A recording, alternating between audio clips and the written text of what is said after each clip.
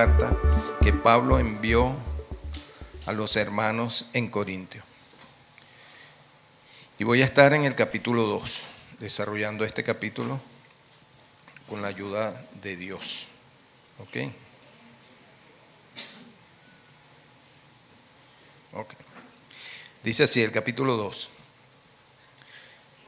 Así que, hermanos, cuando fui a vosotros para anunciaros el testimonio de Dios, no fui con excelencia de palabras o de sabiduría, pues me propuse no saber entre vosotros cosa alguna, sino a Jesucristo y a este crucificado. Y estuve entre vosotros con debilidad y mucho temor y temblor. Y ni mi palabra, ni mi predicación fue con palabras persuasivas de humana sabiduría, sino con demostración del Espíritu y de poder, para que vuestra fe no esté fundada en la sabiduría de los hombres, sino en el poder de Dios. Saber que el hombre que escribió esta carta, estos versículos en particular, era un hombre que, como él dice en otra de sus cartas, él habla de quién era él. Él era fariseo de los fariseos. Fue educado por el mejor maestro que había en esa época, Gamaliel. Un hombre instruido. Dice que era judío de los judíos, o sea que más judío que él no había. No. Persiguió la iglesia, un hombre celoso de la palabra de Dios. A eso se refiere él. Y este es el hombre que cuando escribe esta carta dice: todo esto que yo fui, todo esto que yo me preparé, todo lo que hice en mi humanidad, lo deseché y lo desecho. Tengo que decirle que durante el estudio para este día fui confrontado con estas verdades. Porque uno a veces dice, bueno, tengo el conocimiento, y verdad que lo tenemos.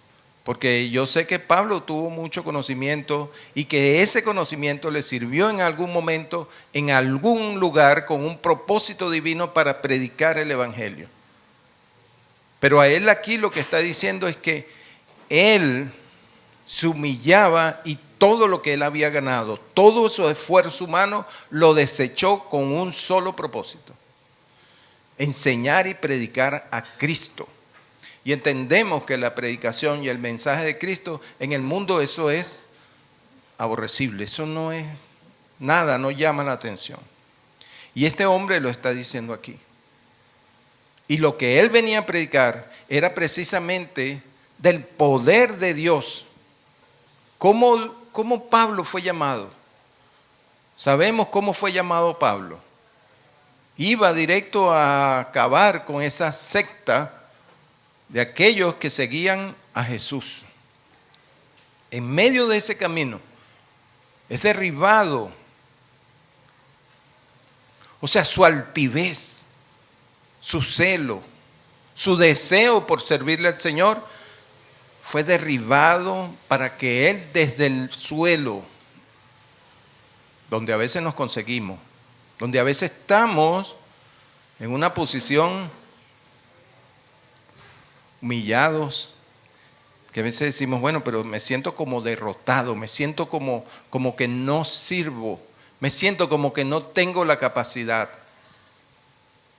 Y desde esa confesión, desde donde yo puedo abrir mi espíritu, mi alma y decir, Señor, ¿verdad que yo no, para esto no? Él nos levanta, y Él levantó a Pablo y transformó su mente. Que es lo que Dios ha hecho con cada uno de nosotros, al confrontarnos de quiénes somos, de quiénes éramos. Y si en verdad en algún momento yo he confiado en lo que yo pude haber preparado, haber leído, estudiado, todo eso lo desecho por predicar a Cristo y Cristo crucificado. Y que la predicación sea basada única y exclusivamente en el poder de Dios y en el actuar del Espíritu Santo en medio de su pueblo. No hay mayor impacto para el mundo y para la iglesia, indudablemente, que el Espíritu Santo actuando en medio de nosotros. El poder de Dios. Yo creo que Dios es conocido hace tanto tiempo, pero cuando hablo de Dios hace tanto tiempo me refiero a Cristo en medio de la iglesia, que se ha desvirtuado el mensaje, y no solamente el mensaje, sino el poder que tiene Dios. Ayer hablaba con Jesús del libro de los Hechos, y uno ve la manifestación tan fuerte en medio de esa iglesia naciente. No dice, con razón la iglesia hoy, 2000 años después, sigue viva. Porque nació con un impacto en medio de las ciudades, de los pueblos, de las personas que estaban. ¿Y por qué no tiene que pasar? Eso tiene que pasar hoy. Eso tiene que pasar en esta iglesia. En esta y en todas. Y nosotros tenemos que ser esa luz, esos que van y dicen, oigan, no. Muchos no los van a recibir, muchos no les va a gustar el mensaje que van a dar. Déjenme continuar. Así que, cuando prediquemos, hagámoslo donde se vea, donde se experimente, donde se sienta el poder de Dios y el actuar del Espíritu Santo. Y eso es lo que hoy tenemos que empezar a hacer. Aquí en nuestros hogares y en todo lugar. ¿Estás enfermo? Vamos a orar. ¿No tienes? Vamos a orar. Vamos a ungirte. Esto no quiere decir que no vamos a actuar. Porque entendemos también que la fe sin obra no sirve. Pero las obras sin fe tampoco sirven. Entonces tienen que ir de la mano. Voy a empezar en el capítulo.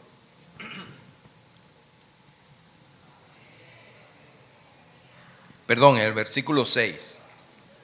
La revelación por el Espíritu de Dios. Dice así: sin embargo, hablamos sabiduría entre los que han alcanzado madurez, y sabiduría no de este siglo, ni de los príncipes de este siglo que perecen. Mire, como dijo anteriormente Pablo, él no usó métodos humanos para predicar el evangelio de Dios. Y nosotros debemos tener cuidado. Yo sé que esta palabra para la iglesia es para mí, pero también para la iglesia. Aquí nosotros no predicamos de prosperidad, ¿verdad que no? Pero somos prósperos. Somos prósperos. Porque eso es lo que dice el Señor. Aquí no predicamos de sanidad, pero somos sanos. Y cuando digo que no predicamos de sanidad, no es que, porque si usted se da cuenta, hay iglesias que tienen como una línea. Como, bueno, aquí nosotros pudiéramos decir que somos la familia. ¿Ok? Pero lo maravilloso de la familia es que engloba a todo. A todo. Entonces, si nosotros por algún motivo conocemos de alguien que tiene una necesidad y nosotros le predicamos de prosperidad, de sanidad, de paz, usted le puede predicar de todo eso. Pero lo primero que le tiene que predicar es de Cristo. De lo que Cristo hizo por su vida. Y la predicación de Cristo viene de la mano de algo muy importante. De la mano del arrepentimiento. De dejar el pecado. Porque la única forma en que el Espíritu Santo de Dios mora en nosotros es que haya en nosotros una confesión de que el Señor es nuestro Señor y de que nos arrepentimos de la vida que traemos. No podemos predicar de que Dios es bueno y te ama así como tú eres. Dios te ama así como tú eres, pero te tienes que arrepentir de lo que tú eras. para que entonces el Espíritu de Dios more en ti, porque si no, Pablo, imagínate, hubiese seguido su camino matando cristianos y diciendo que todo estaba bien. Por eso cuando Pablo va a presentarse delante de una iglesia, dice, no, yo con ese no le podían decir hermano, con ese asesino yo no quiero nada. Se nos está diezmando, nos está quitando la vida. ¿Cómo tú vas a permitir que ese hombre entre? Bueno, ese es el poder de Dios transformando la vida de un hombre que antes persiguió la iglesia y después dio su vida por la iglesia. Y eso es lo que nosotros tenemos que tener para nosotros. Ese es el cambio que tiene que haber en nosotros. Cambio profundo. Y les digo algo, Pablo era un adorador en espíritu y en verdad. Y para eso nosotros hoy estamos llamados. Él dice aquí, y me llamaba la atención, que esto él lo iba a hacer, que lo que él estaba enseñando era aquellos que han alcanzado madurez. Y es verdad, nosotros a veces hablamos en la iglesia de hermanos maduros y hermanos inmaduros. Y no quiero hablar del tema de la madurez, pero tengo que decir algo. Nosotros, los que somos maduros, y le hablo aquí a cada uno de ustedes y a mí, es la capacidad que tenemos de discernir entre el bien y el mal. Y siendo hijos de Dios y siendo hombres y mujeres maduros, en el discernimiento del bien y del mal, tenemos que irnos por ¿cuál camino? Por el camino del bien. El camino del bien. Y cuando nosotros andamos en ese caminar, somos gente, hermanos, hijos maduros. Y a través, y si no estamos completamente maduros, porque a mí todavía me falta, como la palabra dice que estamos pintones, ¿verdad? Pero estamos en el proceso de madurez. ¿Habían oído esa palabra? Pintones, o sea que no estamos ni verdes ni maduros, estamos en ese camino. Estamos hechos, tampoco. Hechos no, porque hechos, estamos hechos. Entonces, para nosotros poder tener discernimiento del bien y del mal, tenemos que conocer la palabra del bien. Y la palabra del bien es la Biblia. Es a través del conocimiento continuo de la palabra de Dios. La palabra de Dios tiene respuesta para todo tiene respuesta. Usted tiene problemas financieros, vaya a la iglesia. Tiene problemas familiares, vaya a la iglesia. Tiene problemas laborales, ve a la iglesia. Tiene enemigos, váyale a la Biblia, perdón. Búsquelo, lo va a conseguir. Y en ese conocimiento de la palabra nosotros vamos a ser hombres y mujeres maduros. Vamos a demostrar la unidad, el amor, la sabiduría, la aplicación de la palabra. Entonces, el versículo 7 dice así: mas hablamos sabiduría de Dios en misterio, la sabiduría oculta, la cual Dios predestinó antes de los siglos para nuestra gloria. Cuando yo leí hace muchos años esta palabra, ¿cuál palabra le llamó aquí la atención a ustedes?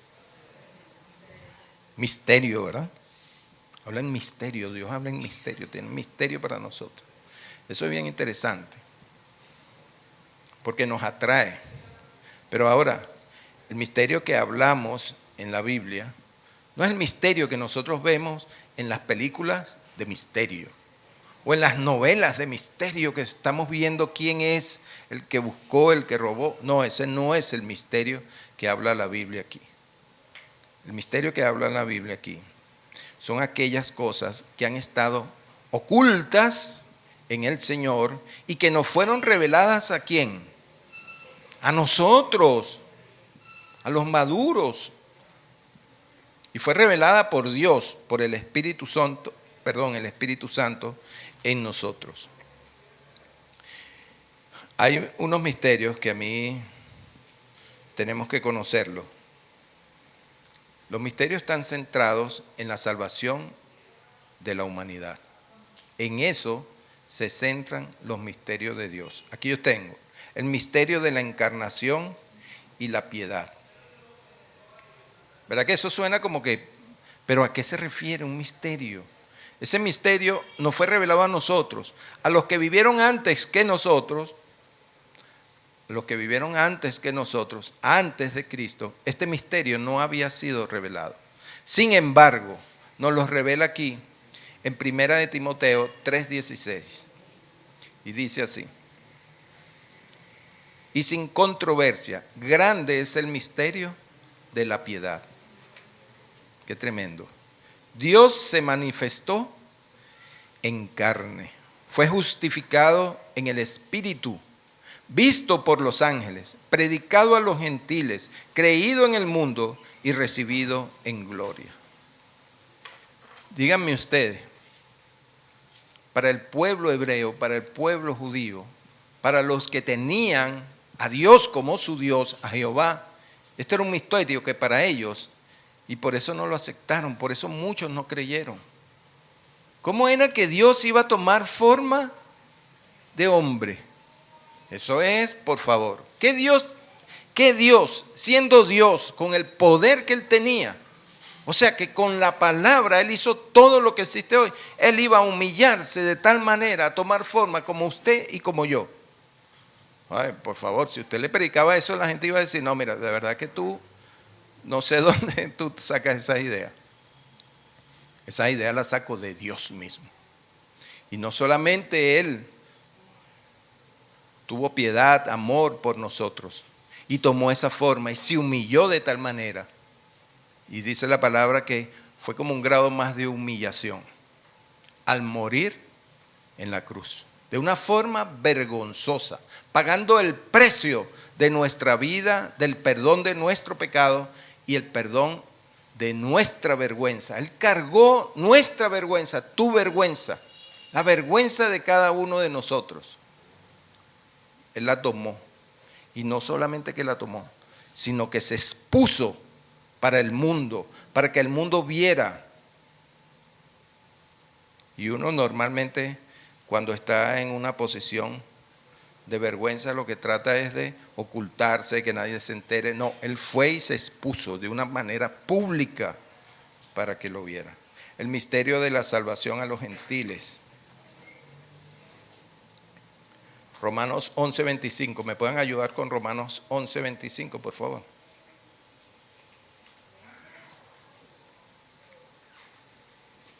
Después, segunda de Tesalonicenses. Es para desarrollar un poco estos misterios, porque es necesario que entendamos. Son misterios y les invito a que busquen y estudien esto. Porque esto nos nutre. Ajá. Romanos 11:25. Hermanos, quiero que entiendan este misterio para que no se vuelvan presuntuosos.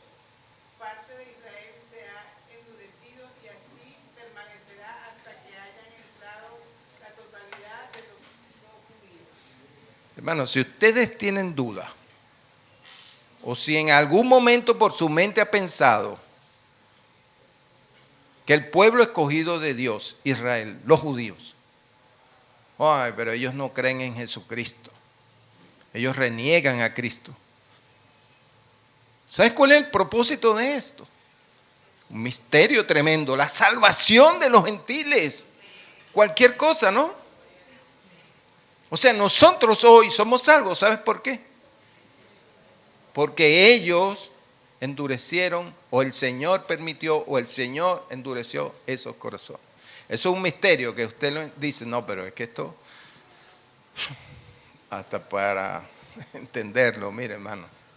Y hasta que todos los gentiles hayamos creído, entonces ahí vendrá la salvación. ¿De quién? De Israel, de los judíos. Y por eso nos urge a nosotros, siendo temerosos de Dios, amantes del pueblo escogido de Dios, que los gentiles creamos para que la salvación entre en pleno. Qué maravilloso, estos misterios están ahí. Disfrutemos de esto. Y quien da todas estas cosas es el Espíritu que está en nosotros, que nos da esta revelación, este celo, este amor, esta atracción hacia Él. Y entonces somos adoradores ¿en qué? En espíritu y en verdad. Segunda de Tesalonicenses 2:7. El misterio de la iniquidad. ¿Quién tiene, por favor, disculpen que hoy no traje los versículos? 2:7. Y la otra es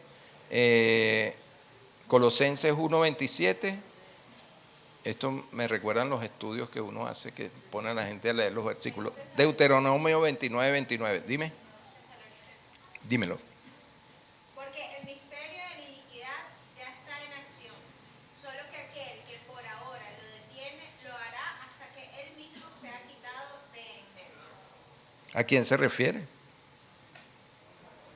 ¿A quién se refiere? ¿A quién? ¿A quién se refiere? ¿Quién será quitado de en medio de nosotros? ¿Mm?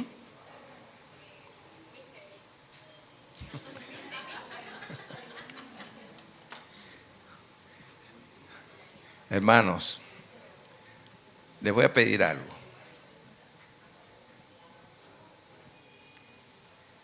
Miren, hay cosas que únicamente el Señor nos las va a revelar. Yo puedo ir a una iglesia porque allí el pastor tiene una sabiduría y un conocimiento que eso me vuela. Y hay unos maestros y hay unas enseñanzas que no eran, mira. Pero yo los voy a invitar que vayan a un lugar que es mejor. A la presencia del Espíritu Santo. Así que si tienen duda, ¿quién es ese? Saben lo que van a hacer, ¿no? O mejor dicho, sabemos lo que vamos a hacer. Vamos a ir a la presencia de Dios. Vamos a ir a donde Él está. Y le vamos a decir, mira, esta palabra la escribiste tú aquí. Tú la escribiste. Y yo no tengo la suficiente madurez ni conocimiento para entenderla. Necesito que tú, el autor de esta palabra, me la reveles.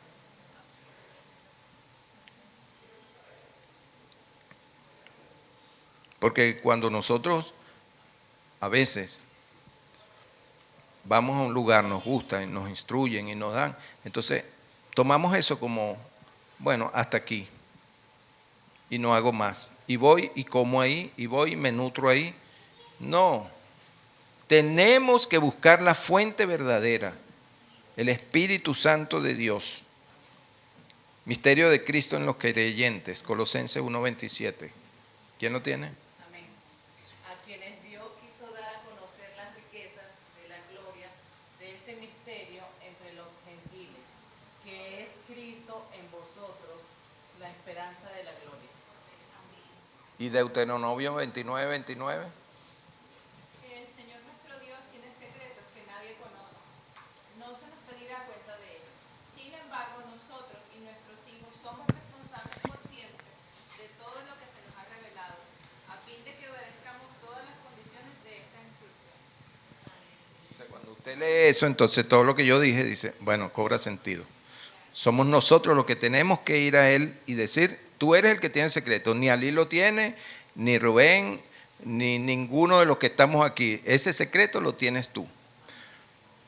Y si yo no me meto, yo no lo averiguo y no se me revela, yo lo puedo inventar. Entonces vengo y se lo digo a ustedes y ustedes dicen, ah, Ali lo dijo y lo voy a creer.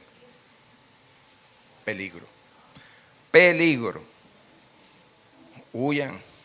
Huyan de ahí, no de aquí. Huyan de donde hacen eso. ¿Ok? Esto es necesario que lo hagamos.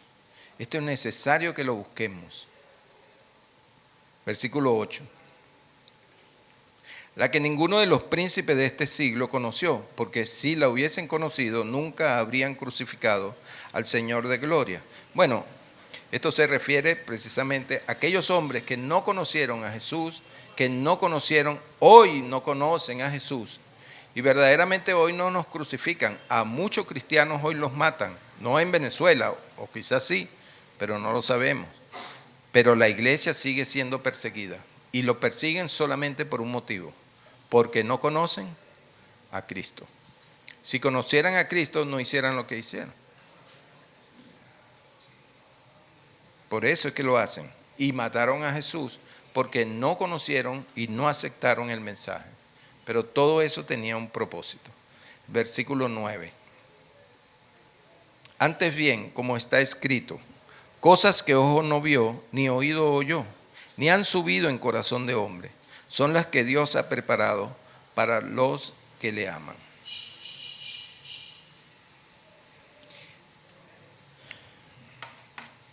Yo no sé si a usted le pasa, pero muchas cosas de lo que Dios ha mostrado a mi esposa, a mí, a nuestra familia, a mí, no ha sido precisamente a través del ojo lo que yo pueda ver, ni a través del oído natural me estoy refiriendo. ¿Ok? Yo normalmente en mi oración le pido que abran mis ojos espirituales y que abran mis oídos espirituales. Posiblemente aquí hayamos visto ángeles. Yo eso lo creo, ¿verdad que sí? Y ahí fueron abiertos, ¿qué? Nuestros ojos espirituales. Posiblemente hemos tenido sueños que se nos revelan situaciones, palabras. Ahí se nos abrió el entendimiento espiritual. Posiblemente hemos oído. Yo a veces, ustedes saben ya que la parte auditiva mía está como un poquito de fallas. Pero a veces oigo que me llaman, estoy solo, y me llaman, Ali. Digo, volteo a ver si es que alguien me está llamando. Y vuelvo a oír a Ali. Yo digo, heme aquí, Señor. Háblame tú y dime tú, ¿qué debo hacer? Y eso no me pasa todo el tiempo. Me pasa en algunos momentos. Porque nuestros oídos espirituales también se pueden abrir para escuchar al Señor. Y también en prédicas, también en enseñanzas. ¿Usted ha leído un libro que no tenga la suficiente, no sé, avalúo o firmeza con relación a la palabra? Unos libros que usted dice, pero ¿y cómo, de dónde este autor o esta autora sacó eso? Eso está entrando por los ojos, ¿verdad? ¿Qué hace uno con esos libros? No los regala ni los vende, los bota, porque no sirven. Están enseñando cosas que no son de Dios. Entonces debemos pedirle al Señor que estas cosas que Él dice aquí en este versículo particular se nos sean reveladas a nosotros.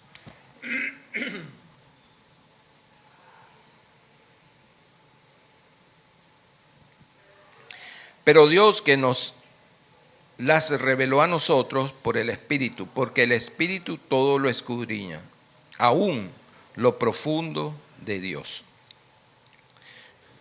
Qué tremendo esto, ¿verdad? O sea, son verdades que a mí, yo tengo la conciencia de esto y tengo el conocimiento de esto. Pero a medida que yo meditaba de estas verdades, me causaba un impacto muy grande en mi vida, en mi espíritu. O sea, saber que el Espíritu de Dios, un ser, una persona, no es una cosa etérea, ahí, fantasiosa. No. Es la palabra de Dios, es un ser vivo. El Espíritu de Dios mora en mí, está aquí adentro. Y ese mismo ser que está aquí adentro entra en las profundidades de Dios y conoce todo lo de Dios. O sea, es como una llave para tener, digo yo algo así, para tener toda esa profundidad del conocimiento, del amor, de la perfección de Dios. O sea, pensemos esta grandeza, no es cualquier cosa, hermanos. Meditemos, mire, tenemos para meditar horas y horas acerca nada más de esto. Uno lee la Biblia y dice, ¿cuántas cosas tiene Dios? ¿Cuántas ha hecho? ¿Cuánto amor? ¿Cuánto poder? ¿Cuánta misericordia? Y todo eso, el Espíritu Santo lo tiene, lo sabe, lo conoce, lo experimenta. Y Él está aquí adentro como, quiero darte, quiero mostrarte. Y unos la palabra que se viene es que uno se empalaga con otras cosas por ahí, se emboba, no sé qué cosas. ¿Ah? Se distrae. Mire, yo a veces pienso, yo digo, los apóstoles tenían vacaciones, yo no sé. Se iban para un spa o no sé qué hacían ellos. Tenían un día libre en la semana, yo no sé. Era tanto el ardor en ellos que vas a comer, no, bueno, Jesús lo dijo, no, yo no tengo nada que comer. Mi comida es esta, yo voy a hacerlo. No estoy diciendo que no comamos. ¿Ok? Pero que entendamos esto. El 11. Porque ¿quién de los hombres sabe las cosas del hombre, sino el espíritu del hombre que está en él? Así tampoco nadie conoció las cosas de Dios, sino el espíritu de Dios. Quien conoce nuestros pensamientos más íntimos somos nosotros.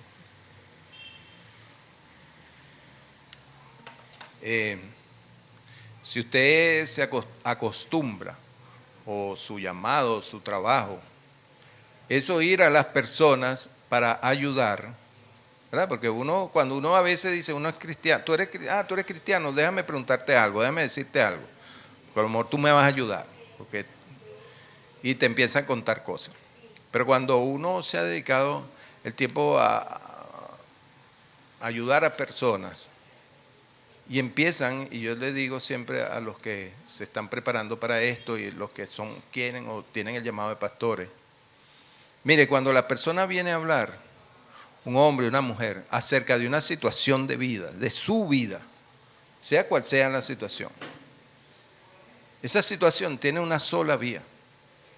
O sea, en años, yo puedo decir que cuando me dicen una palabra, una situación de vida, eso ya yo lo he escuchado de muchos hombres o mujeres, porque es una conducta que está en el hombre, es el alma del ser humano exponiéndose a través de sus heridas, a través de sus éxitos, a través de sus decepciones. O sea, el hombre, puede conocer a otro hombre, porque el espíritu de ese hombre es un espíritu que yo lo tengo, no el de él, es el espíritu del hombre, que puede conocer el espíritu de otro hombre, por cómo ha vivido, cómo se ha relacionado, porque no somos tan diferentes, ¿verdad que no? No somos tan diferentes, igual las mujeres. Así pasa con el Espíritu de Dios. No hay quien conozca mejor a Dios que su Espíritu. El Señor dice que el Espíritu Santo va a tomar ¿de quién? Va a tomar de Cristo y va a tomar del Padre. ¿Y a quién nos los va a dar? A nosotros.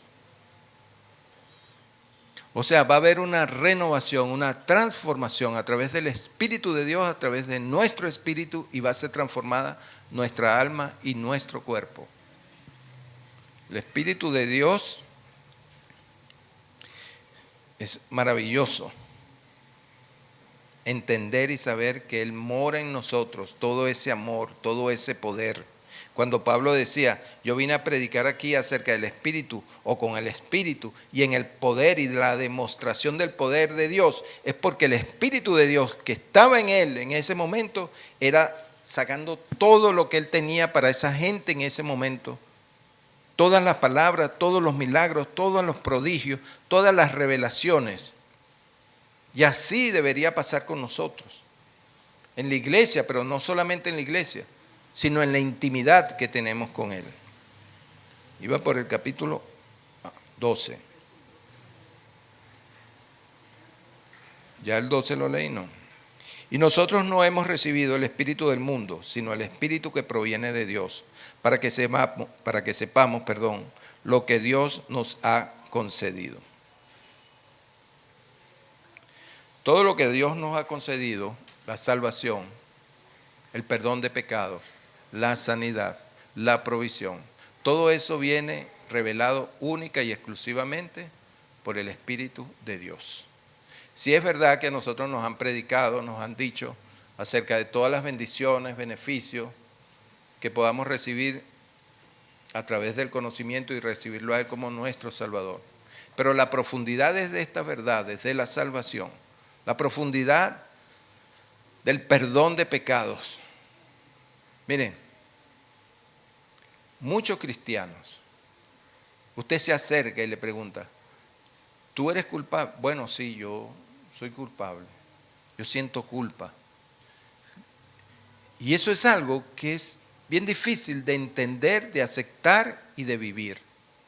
Ninguno que es hijo de Dios tiene culpa. Si dudan, todos tienen mi número y me llaman. Hay dos cosas, culpa y sentimiento de culpa. Eso son dos cosas diferentes. Pero cuando usted recibió a Cristo y usted le dijo, yo me arrepiento de mis pecados, el Señor inmediatamente lo perdonó. Y si usted al día siguiente de haber recibido a Cristo volvió a pecar y va y le dice, Señor, perdóname, ¿por qué pequé? ¿Qué hace el Señor? Nos perdonó. Y no hay mayor bendición que vivir en la libertad de no ser pecador y culpable. Y cuando digo pecador, es el pecador que va y peca con la intención. Porque el Señor nos perdona. Y esta es una verdad que tenemos que asumirla, es tan sencillo. Es decir, yo no soy culpable. Yo no soy culpable. Dirán, bueno, Ali, pero ¿tú quién te crees? ¿Qué me creo yo? Sencillo, un hijo de Dios. El cual pagó mi culpa, mi pecado, porque la culpa es pecado, o el pecado es culpa, en la cruz. Soy libre. Estas son algunas verdades, una de tantas. Voy a explicar el sentimiento de culpa para no llevarme esa culpa que Rosana me está poniendo aquí. Ok. Culpa es una cosa y sentimiento de culpa es otra. Si usted es culpable y va delante del Señor, el Señor lo perdona, pero persiste en usted un sentimiento. Un sentimiento nace, y voy a tratar de ser corto, el sentimiento nace de una experiencia, de una vivencia. Si usted se robó algo, dice, yo me robé eso. Inmediatamente que entra el sentimiento, ¿es culpable? Sí es culpable, ¿verdad? Sí es culpable. Pero usted va y coloca eso ahí. Pide perdón a quien se lo robó. ¿Verdad que sí? Le pide perdón a Dios. Y usted dejó eso ahí, pidió perdón, le pidió perdón a Dios, pero usted se va y dice, yo me robé ese, no sé, cualquier cosa, ese bolígrafo, me lo robé. Yo soy un ladrón. ¿Usted es un ladrón? ¿Lo van a acusar? Sí, lo van a acusar. El acusador anda por ahí buscando a quién acusar, decirle, tú eres un ladrón. Yo no fui un ladrón. Miren, yo no sé ustedes, pero a mí gente me conoció antes de yo ser cristiano. Aquí no, ninguno, solamente Rosana. Si alguien viene de afuera a decirme, un amigo, una gente conocida, un familiar inclusive, eso sí me conocieron. Ah, pero tú eres Ali. No, vale, tú eras aquel que andabas en esto y lo otro. Y yo, sí, yo soy Ali, el que anduvo en aquello, en esto y en esto. Pero ahora soy el nuevo Ali, la nueva criatura que ando en la predicación, en la comunión, en la adoración. Ese es el nuevo. Pero si ese hombre viene o esa mujer viene y me dice, yo te conozco, tú eres fulano que hacías esto y esto y esto. Le digo, sí. Pero si yo me dejo llevar por esa acusación, por ese recuerdo, por esa historia que no es mentira, yo no puedo borrar esa historia, nadie puede borrar esa historia. Eso está escrito. Y si yo me quedo ahí pegado, en eso crea en mí un sentimiento de culpa, de derrota, que ya estoy vencido nada más por un sentimiento que no es la verdad de que hoy soy libre en Cristo Jesús. Eso es un sentimiento. y los sentimientos nos abaten de tal manera que la verdad nos sirve. Pero la verdad vence los sentimientos. La verdad es que somos libres en Cristo Jesús, de que somos hijos de Él, de que si un día pecamos, hoy ya no pecamos. Y si pecamos porque se nos cuenta como pecado no hacer el bien, imagínense, tenemos la oportunidad de arrepentirnos inmediatamente e inmediatamente quedamos libres del pecado. Esas son las cosas que Dios nos da, que uno dice, pero tengo que vivir en esto. Sí, tienes que vivir en eso todos los días. Tienes que ponerlo en práctica todos los días. Porque todos los días probablemente pequemos. 13. Lo cual también hablamos, no con palabras enseñadas por sabiduría humana, sino con las que enseña el Espíritu, acomodando lo espiritual a lo espiritual. Indudablemente que es un axioma, puse yo aquí, un principio que no necesita explicación.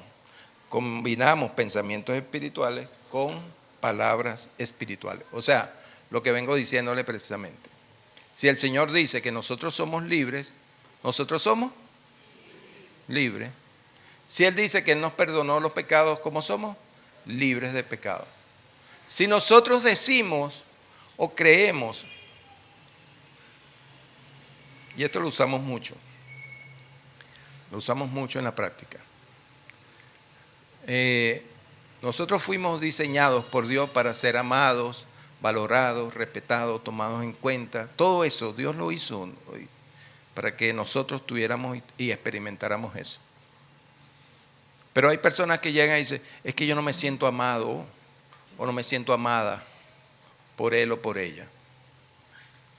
Y bueno, probablemente no te ame, pues, o probablemente no la ama. Eso es una cosa. Pero el que yo sea amado, eso es otra cosa. Yo soy amado. Probablemente Rosana, y espero que no me ame. ¿Verdad? Un día ella puede amanecer y dice, mira, hoy decidí no amarte. Y yo, uy, qué fuerte. O sea, ya yo soy un hijo de Dios no amado. ¿Eso es verdad? No. Yo soy un hijo de Dios amado, valorado, reconocido. Y siempre decimos a la persona, si Dios me ama, y Dios me ama, ya yo soy amado. Y de mí no puede nacer otra cosa que amar a otros. Porque estoy pleno del amor de Dios. Esas son verdades que Dios da. Así que si hoy tú te sientes no amado por tu esposa, por tu esposo, entiendes algo. Eres amado, eres amada. Y a medida que tengas esta verdad en tu vida, vas a amar a otros. Y cuando eso sucede, entonces el otro va a empezar a amarnos a nosotros. Termino en el capítulo, en el versículo 16, voy a entrar al 15, así que los adoradores pueden ir pasando. El 15 dice, en cambio, el espiritual juzga todas las cosas, pero él no es juzgado de nadie. Esto lo voy a leer un poquito. El espiritual es el que tiene el Espíritu Santo dentro de sí mismo. Así que todos nosotros somos espirituales. Y dice la palabra que el espiritual juzga todas las cosas, pero no es juzgado de nadie. ¿A qué se refiere? No se refiere a nosotros estar juzgando y condenando a la persona. Eso no es el espiritual. Nosotros no estamos llamados a decir, mira mira aquella. Y de paso que lo juzgamos y no solamente nos quedamos en el juicio, sino que además lo metemos en la condena. Le metemos el calabozo, ya tú estás preso, tú te vas para el infierno. No. Nosotros tenemos discernimiento de espíritu. ¿Ok? Nosotros estamos llamados a evaluar, examinar y comprender la realidad de la perspectiva divina. Ese es nuestro juicio. ¿Qué es y qué no es de Dios? ¿Qué es y qué no es espiritual? No para juzgar y condenar, no, Dios no nos está llamando a eso. Dios nos está llamando a que nosotros podamos tener el discernimiento en las cosas espirituales. Yo anteriormente dije acerca de un libro que usted lea y diga, no, pero es que esto no, pero también acerca de una prédica, acerca de una canción, acerca de lo que nos rodea en cuanto a lo espiritual. Y en cuanto no somos juzgados, mire, si el mundo nos juzgara, ¿sabe dónde estuviéramos nosotros? ¿Dónde estuviéramos? ¿Ah? Derrotados, burlados. Bueno, el mundo no hace otra cosa que juzgarnos a nosotros para condenación y para muerte de nosotros. Eso es lo que ellos piensan. Ellos no tienen autoridad para ejercer un juicio sobre nosotros. No vamos a salir a la calle a juzgar al mundo y decir, no, tú, no.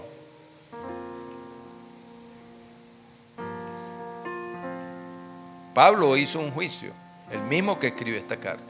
Él hizo un juicio un día y mató a muchos. ¿Ustedes se acuerdan dónde estuvo presente Pablo en un juicio? ¿Se acuerdan? ¿El juicio de quién? De Esteban. El mundo estaba juzgando y condenando a Esteban. Y había un testigo del mundo en ese momento, que era Pablo. Y por el encuentro que tuvo Pablo con Cristo mismo, él fue transformado. Y ya no él juzgó el mundo, sino que se dio por el mundo, para que el mundo recibiera el perdón, la misericordia y la gracia de Cristo como la recibió él, así como la hemos recibido nosotros. Por último, versículo 16.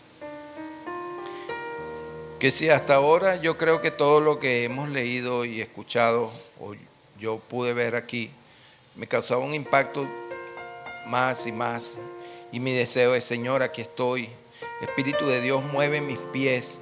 Espíritu de Dios, revélame lo que tengo, lo que debo hacer, no hacer. O sea, andar en ese Espíritu de Dios, en esa verdad que dice la palabra. El versículo 16 me terminó de tumbar. Porque ¿quién conoció la mente del Señor? ¿Quién le instruirá? Mas nosotros tenemos la mente de Cristo. Tener la mente de Cristo es tener una nueva forma de nosotros pensar, basada o fundamentada en la fe y en la sabiduría de lo que viene de Dios.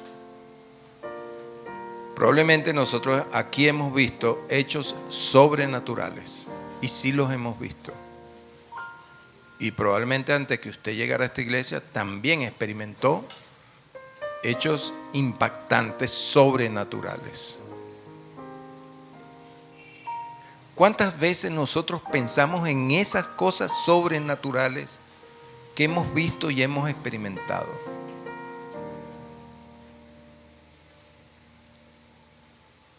Como un hombre que tiene 3 días muerto, ya en mal estado,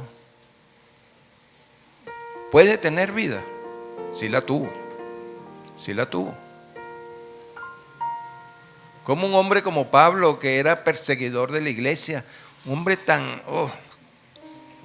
Después era un hombre tan dócil, pero con tal poder increíble que Dios le había dado. ¿Ah? La escena de la serpiente enrollada en la mano de Pablo. La gente dijo, este hombre es bien malo. Y era bien malo, ¿verdad que sí? ¿Qué hizo Pablo? Como, sale para allá. Suéltame. Y todo el mundo esperando que cayera muerto ahí. ¿Cuántos por ahí andan esperando que uno caiga muerto por ahí? ¿Y uno qué le dice? No, le dice sale para allá, dice ven acá, arrepiéntete. Nosotros tenemos la mente de Cristo, el conocimiento de lo que Él tiene, el discernimiento del bien y del mal, la aplicación de la palabra, la sabiduría que viene de lo alto. Es Cristo en nosotros.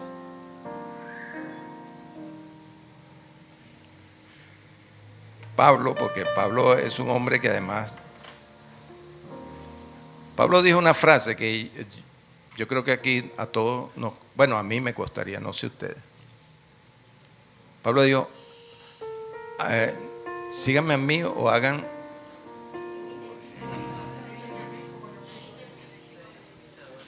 Gracias, hermano. Imítenme a mí como yo imito a Cristo. Podemos imitar a Pablo, que fue un hombre que verdaderamente pasó situaciones difíciles. Fue un hombre llamado por Dios. Y que si entre Cristo y Pablo, o entre Pablo y Cristo, indudablemente que había una tremenda diferencia. Entre nosotros y Pablo, también, por lo menos entre Alí y Pablo, hay una diferencia increíble.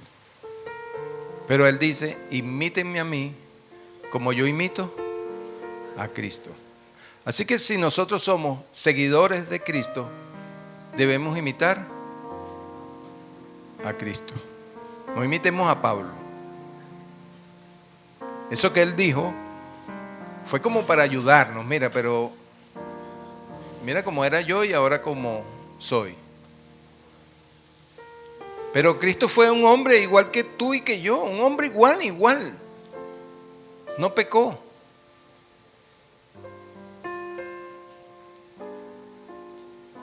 Y es maravilloso, eso no está en un misterio, pero es maravilloso que Dios tomó esa forma, la encarnación, la forma de un hombre, para que nosotros pudiéramos decir, si Cristo lo hizo, yo también lo puedo hacer. Yo también lo puedo hacer.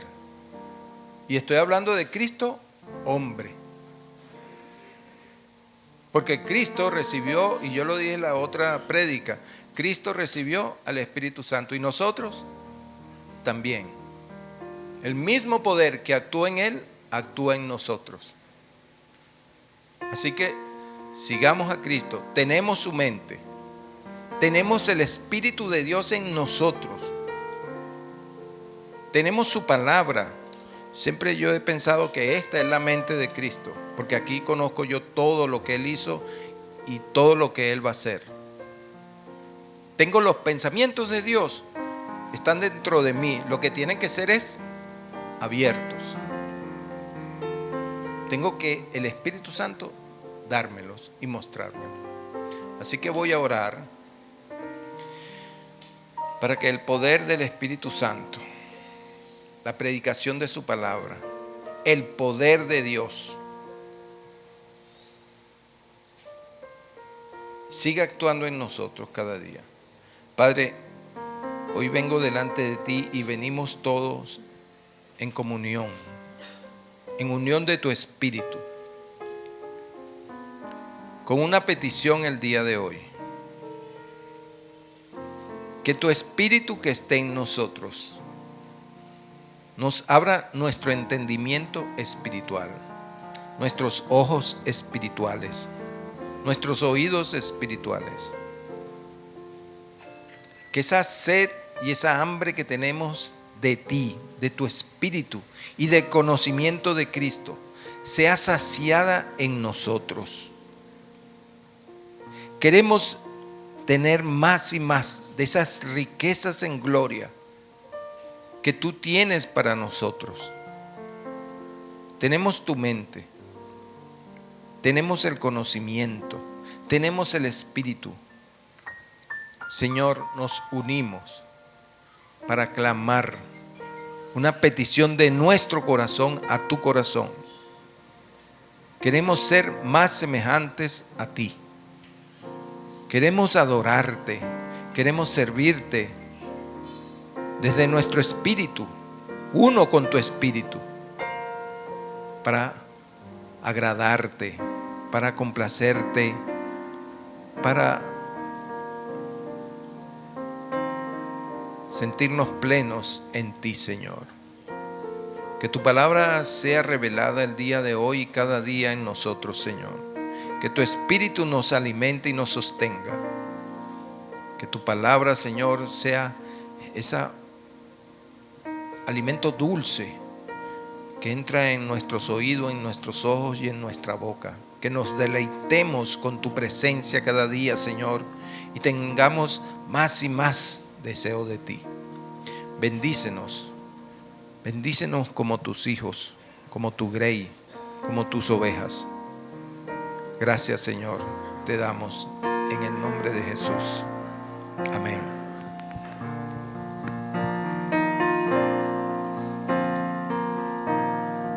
Hay una unción aquí cayendo sobre mí, limpiándome, sanando mi ser. Hay una unción aquí cayendo sobre mí, llenándome, sanando mi ser. Mi espíritu y mi alma se están llenando con el poder del Espíritu Santo. Mi vida nunca más será igual. Mi espíritu y mi alma se están llenando con el poder del Espíritu Santo. Mi vida nunca más será igual. Hay una unción. Hay una unción. Lo creemos, Señor. Cayendo Muévete, Espíritu Santo. Llénanos, Señor. sanando mi ser. Hay una unción aquí cayendo sobre mí, limpiándome, sanando mi ser. Mi espíritu y mi alma se están llenando con el poder del Espíritu Santo. Llénanos, Señor, te necesitamos. Mi vida nunca más será igual. Lo creemos en fe, Señor. Ayúdanos, ayúdanos. Mi espíritu y mi alma se están llenando con el poder del Espíritu Santo. Mi vida nunca más será igual. Muévete en mí, dile. Muévete en mí. Muévete en mí. Toma mi mente. Toma mi mente y mi corazón. Llena mi vida de tu amor. Muévete en mí, Santo Espíritu, muévete en mí. Muévete en mí. Muévete en mí. Toma mi mente y mi corazón. Llena mi vida de tu amor. Muévete en mí, Santo Espíritu, muévete en mí. El Espíritu de Dios. El Espíritu de Dios está en este lugar. Gracias, Señor, por estar aquí. El Espíritu de Dios se mueve en este lugar. Muévete, Señor.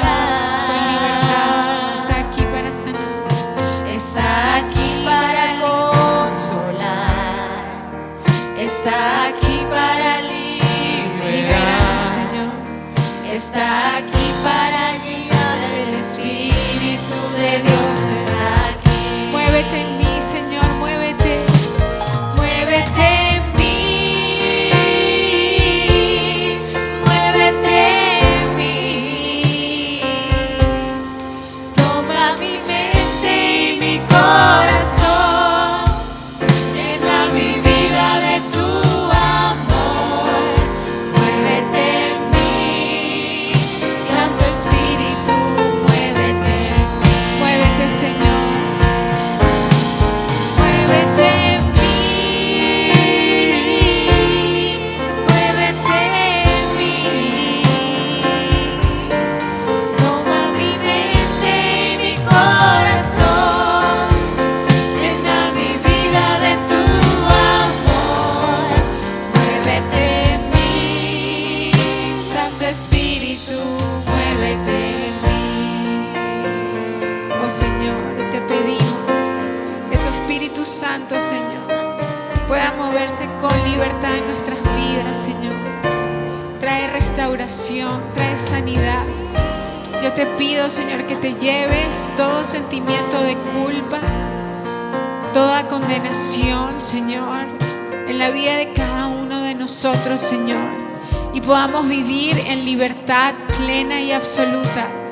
Esa libertad que tú pagaste en la cruz, Señor, a precio de puro dolor y sangre, Señor. Hoy la recibimos y la aceptamos, Señor. Ya no hay más condenación para los que están en Cristo Jesús. Y ni tribulación, ni angustia, persecución, hambre o desnudez, ninguna cosa creada nos podrá apartar del amor de Dios. Acércate más, Señor, a nuestros corazones. Danos más de tu amor para que podamos dar a otros de ese amor que tú nos has dado ya, Señor. Gracias, gracias por tu amor, gracias por tu perdón y gracias por tu liberación. Llénanos hoy aún más, Señor, con ese espíritu que nos revela todas las cosas, Señor. Gracias por dejarnos a ese consolador para vivir una vida que te agrada a ti, Señor, y en abundancia y en prosperidad. Recibe toda la gloria y toda la honra, Cristo amado, en el nombre de Jesús. Amén. Amén. Aleluya, Señor. Dale un aplauso al Señor. Te alabamos, Cristo, te adoramos. Recibe toda la alabanza, Señor. Gracias por este día tan especial. Gracias por este día tan hermoso que nos has regalado, Señor. Amén.